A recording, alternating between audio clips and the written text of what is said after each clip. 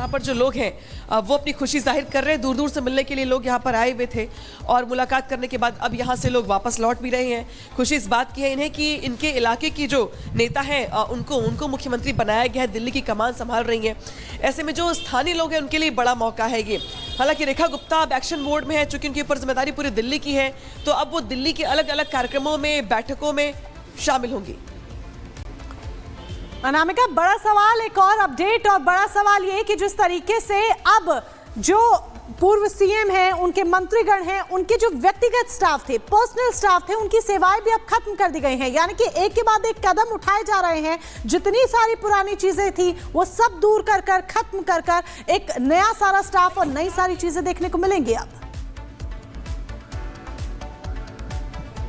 देखिए, नई सरकार ने सत्ता संभालते ही, कामकाज संभालते ही जो पुराने स्टाफ के लोग थे, निजी स्टाफ दरअसल वो लोग होते हैं आमतौर पर जो एक लंबे समय तक काम करते हैं। अगर कोई निजी स्टाफ है जिसने 5 साल तक काम किया है आम आदमी पार्टी के नेताओं के साथ या विधायक के साथ या मंत्री के साथ, तो बेशक उनकी जो स्टाफ है बदल करके जो फ्रेश स्टाफ होंगे, जो नए स्टाफ होंगे, उनको यहाँ पर रखा जाएगा। यानी कि जो पुराना स्टाफ है उसकी छुट्टी करने के साथ ही जो नए लोग हैं उनकी नई तैनाती की जाएगी। और नए तरीके से, चूंकि इस बार बहुत सारे चेहरे ऐसे हैं विधायकों में जो नए चेहरे हैं, पहली बार मंत्री बने हैं, खुद रेखा गुप्ता पहली बार विधायक बनी, इसके बाद मुख्यमंत्री बनी, तो जो पुराने स्टाफ के लोग हैं उनको हटा करके जो नए स्टाफ हैं, चाहे ओएसडी हो, चाहे वो निजी सचिव हो, बाकी जो अलग अलग जिम्मेदारियां उनकी होती हैं दफ्तर में, उनको नए तरीके से अपॉइंट किया जा रहा है, ताकि एक तरीके से हर सरकार में ऐसा देखा गया है कि आमतौर पर जो मंत्री होते हैं वो अपनी पसंद के जो निजी सचिव होते हैं या जो पुराने स्टाफ के लोग होते हैं उनको हटा कर, बिल्कुल, और उसके लिए जो तमाम फैसले हैं वो भी अभी से लिए जा रहे हैं। अनामिका, आपका रुख करेंगे एक बार फिर से, लेकिन इस बीच एक और बड़ी खबर दर्शकों को बता देते हैं। मुख्यमंत्री रेखा गुप्ता बैठक करने वाली है। जल बोर्ड पीडब्ल्यू अधिकारियों के साथ, पीडब्ल्यूडी अधिकारियों के साथ ये मीटिंग होने वाली है और इसी के साथ लगातार बैठकों का सिलसिला भी अब शुरू हो गया है। तो जल बोर्ड पीडब्ल्यूडी अधिकारियों के साथ बैठक मुख्यमंत्री रेखा गुप्ता करती दिखाई देंगी। इसके लिए तमाम जो निर्देश है वो भी दे दिए गए हैं। तमाम अधिकारी इस विभाग से जुड़े मौजूद रहेंगे और करीब 1 बजे ये बैठक होने वाली। हमारे सहयोगी लोमस हमारे साथ जुड़ रहे हैं। लोमस, हम देख रहे हैं, आपने बात भी की कि कैसे लगातार एक्शन में हैं दिल्ली के मुख्यमंत्री और आज से ही काम शुरू हो जाएगा। दिल्ली बदलने का जो प्रण लिया है उस पर एक्शन शुरू हो जाएगा। लोमस, जानकारी दीजिए।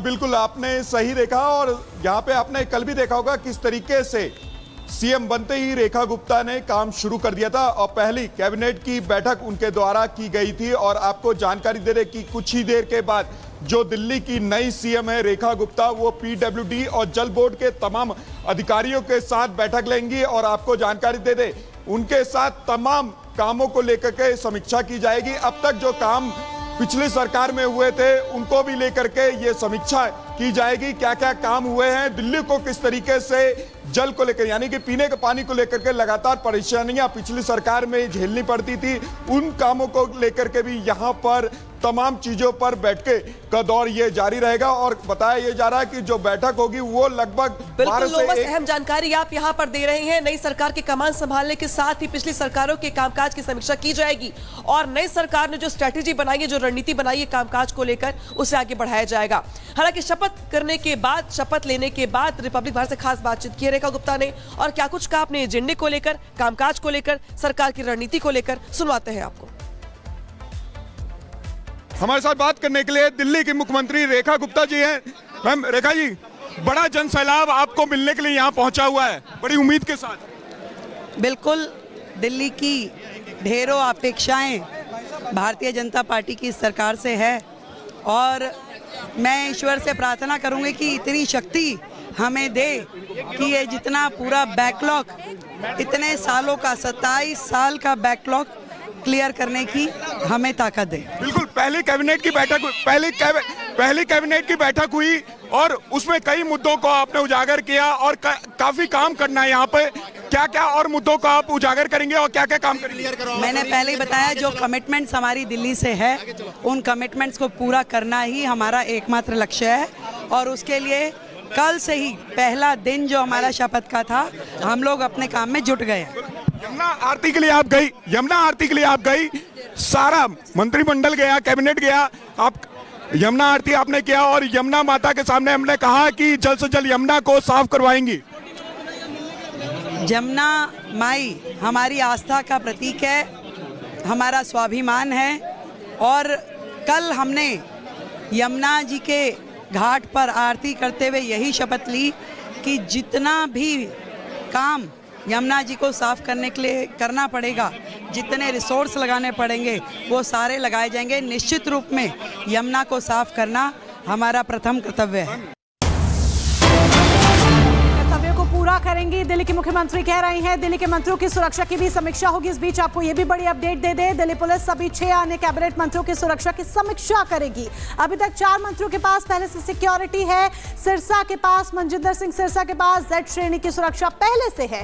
कपिल मिश्रा के पास भी Y श्रेणी की सुरक्षा है। प्रवेश वर्मा की बात करें तो उनके पास भी Y श्रेणी की सुरक्षा है। आशीष सूद के पास भी Y श्रेणी की सुरक्षा है। कैबिनेट मिनिस्टर बनने के बाद दिल्ली पुलिस इन सभी का सिक्योरिटी रिव्यू कर रही है। जतिन हमारे साथ लाइव जुड़ चुके हैं। Jatin, over to you. तो जतिन का हम जल्द रुख करेंगे। अभी 4 मौजूदा मंत्री ऐसे हैं जिनके पास सिक्योरिटी है, बाकी की इनकी समीक्षा की जाएगी, रिव्यू किया जाएगा। जतिन हमारे साथ लाइव बने हुए हैं। Jatin, over to you.